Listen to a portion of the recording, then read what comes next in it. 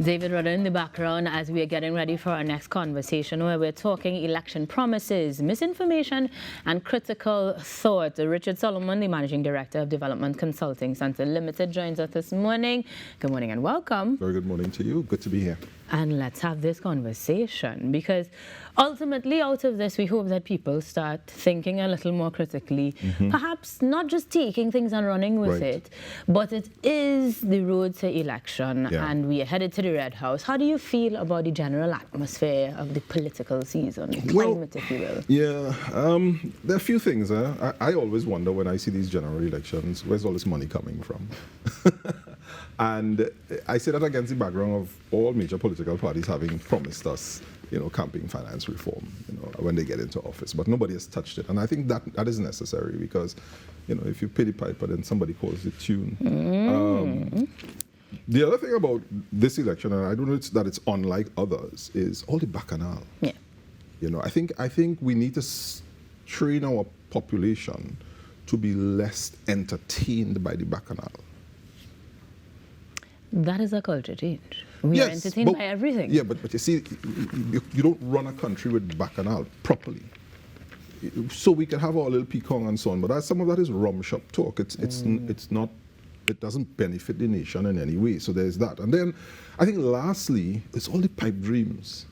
All these promises that don't find their footing in basic economics. They don't find their footing in the nation that we know that is Trinidad and Tobago. So, yeah, you're promising us stuff, but really, some of it we know we can't deliver. Just incredulous. Yeah. Are there particular ones that stand out to you more than others in this particular? The one that jumps to mind is this 10%. We're starting negotiations for the public service increase at 10%. I mean, people want to make money, fine, right. But where's the money going to come from? We've been running deficit budgets year on year on year on year. So are we going to borrow? And what does that mean? Because I listen to people talking about it as if it's something that's practical. But are we then going to borrow to pay salaries? 25% of our working labor force works for the government. Not all are public servants, but that's a sizable bill. That's going to bump our spend by probably millions or billions of dollars. Right. Now quickly people will say, well, other people got this big increase.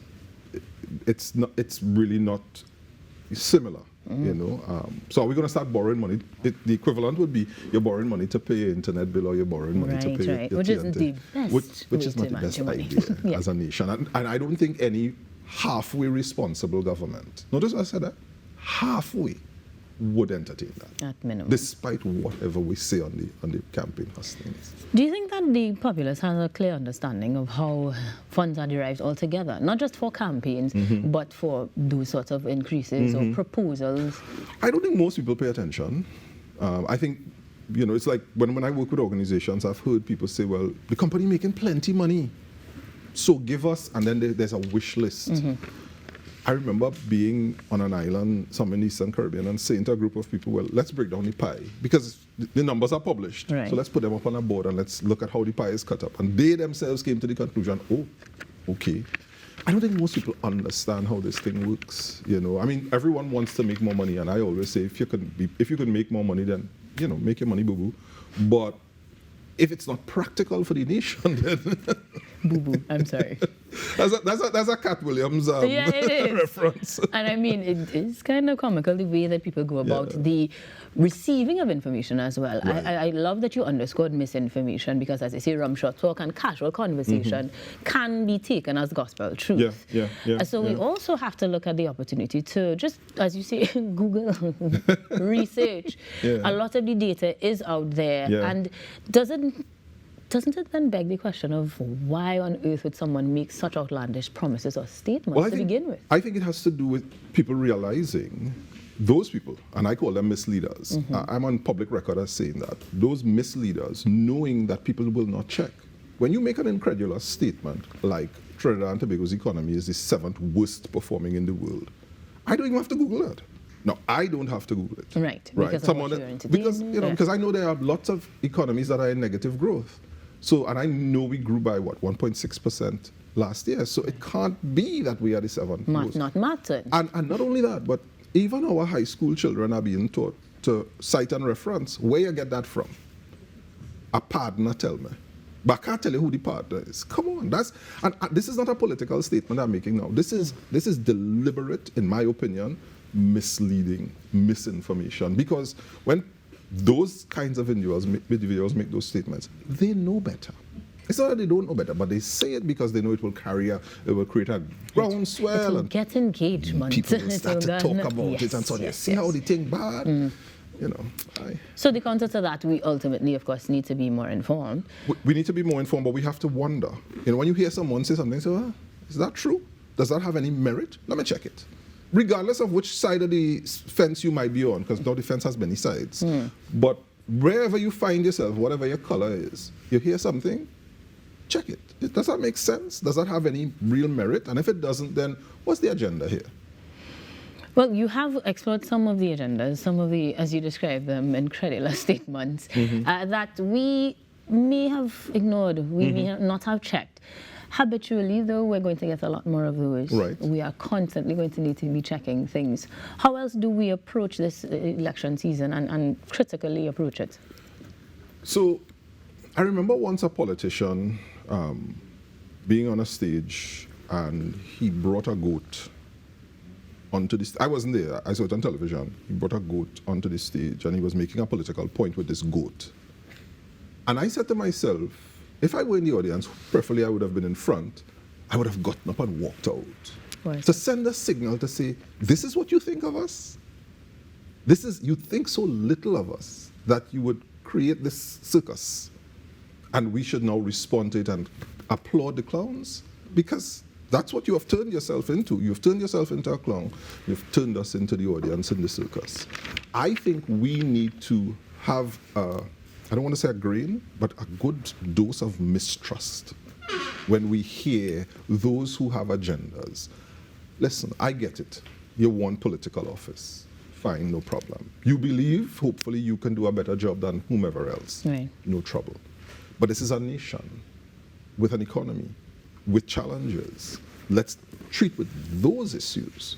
When you make statements as a holder of political office or an aspirant, people make decisions accordingly. Right. Look at what's happening with the tariffs and the markets in the United States.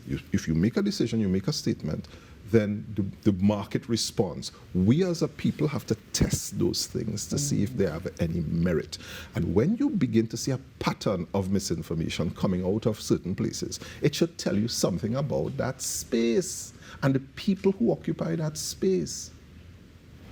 Now, one of the conversations that has been had, apart from the actual markets themselves, was oil and gas for us, because a big conversation was the falling through of the Dragon gas matter. Right. Tell me your thoughts on that from the perspective of, again, us being a critically thinking citizenry, and perhaps some of the misinformation we ourselves have believed and perpetrated in our civic conversations. Look, the Dragon gas field is 17 kilometers from the Hibiscus gas field. Hibiscus is ours, Dragon is theirs. We have the ability to liquefy natural gas. We've built up that ability over the years. We have pipelines that run from Hibiscus into Trinidad. Right. So it makes sense. If you can get the gas, because we have been struggling. We are more of a gas economy than an oil economy. Right. So we've been struggling for years. We have plants that can't get as much gas as they would like to have. So that's a reality for us. The question then becomes, should we make a deal, or should we have made a deal with the Venezuelans? My opinion, it's close by. This wasn't a clandestine, thief in the night kind of operation. People have to remember that the U.S. government sanctioned this. We have to remember that the U.S. government sanctioned it. Now, there are those who would say, well, Venezuela has its challenges and so on, and there's certain kinds of, but we have shell in the mix of this, and the U.S. government sanctioned it. It was a good deal at the time. Conditions have changed. That happens in business. Right. I have had that, contracts done, and then something changes, we have to relook. So we need to relook. I do not see it the way many do. Keep in mind that for many years and up till even now, petrochemicals have been our #1 earner. So it makes sense that we want to continue boost in that regard. And this is why we have done so much better than many of our neighbors as it relates to many of the things that we enjoy here. Recently, we heard the president of Guyana talking about CXC, the payments for that being done by the government and so on. That's positive. Many of us didn't even realize that there's a charge that the government of Trinidad and Tobago continues to cover. Of course, it's our money, but it's other countries' money as well. Right. And their citizens have to pay for it directly. So, to me, it was a good deal. Of course, we need to renegotiate because the conditions have changed. So in terms of the overall approach, because we will continue this conversation perhaps in many ways till the 28th, we have the potential to have a better approach toward all of this, but we ultimately have to make a choice. Yeah. If you were to, personal opinion obviously, but if you were to overall think about how we are, what we look like heading to the Red House this election, what are your overall thoughts or final thoughts, if you will? This is going to be a hard-fought election, and it is not inconceivable, in my opinion, that Tobago may very well hold the balance of power, but we will see. That has happened before, right? We don't know. We will see. Regardless of who ends up in the seat, they have a lot of tough work to do. We have some challenges as a nation. Our ease of doing business, I have lamented that repeatedly on this program. We know we have a crime problem. So we have quite a few things. We have a foreign exchange issue that needs to be worked out, regardless who ends up in the seat. They are going to have to put their shoulders to the wheel. We as a people have to figure out who has these more stable hands. To me, that's what this comes down to, Right. That works, stability of hands works better when you as a person don't think, okay, what is the government doing for me? The government's role is to create the infrastructure, to create the conditions, and then you go out there and do things.